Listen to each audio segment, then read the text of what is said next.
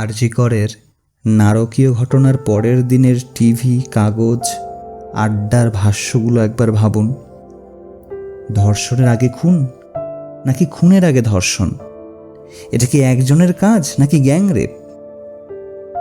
একজন যখন গলা টিপল, আরেকজন কি তখন ধর্ষণটা করলো? ঠিক কত কেজি সিমেন্ট গেল মেয়েটার শরীরে? কিভাবে হাড় ভাঙল? কিভাবে চোখ থেকে রক্ত পড়ল?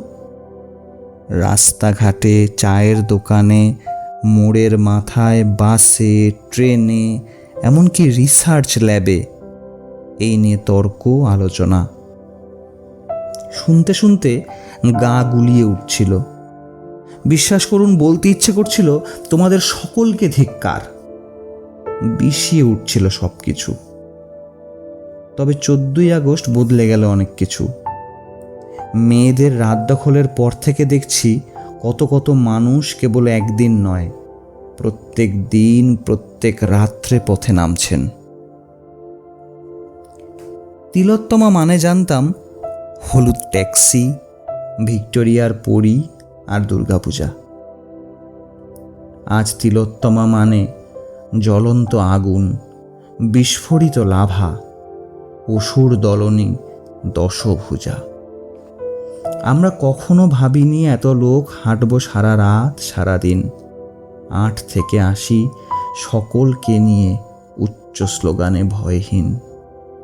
আচ্ছা, শুধুই কি মহিলা মনে শঙ্কা? দেশ জুড়ে আজ চেয়ে দেখি যদি, দেখব নৈরাজ্য লঙ্কা।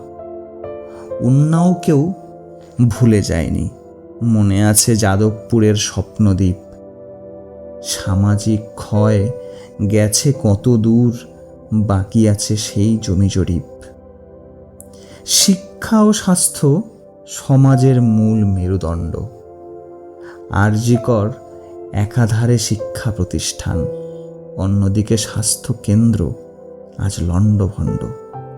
অসুর দলনীর এই বঙ্গভূমিতে এমন অভিমানী শরৎকাল কখনো দেখিনি আমরা।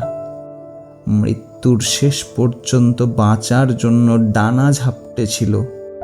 তার আত্মাকে এত সহজে বিলীন হতে দিও না গো তোমরা।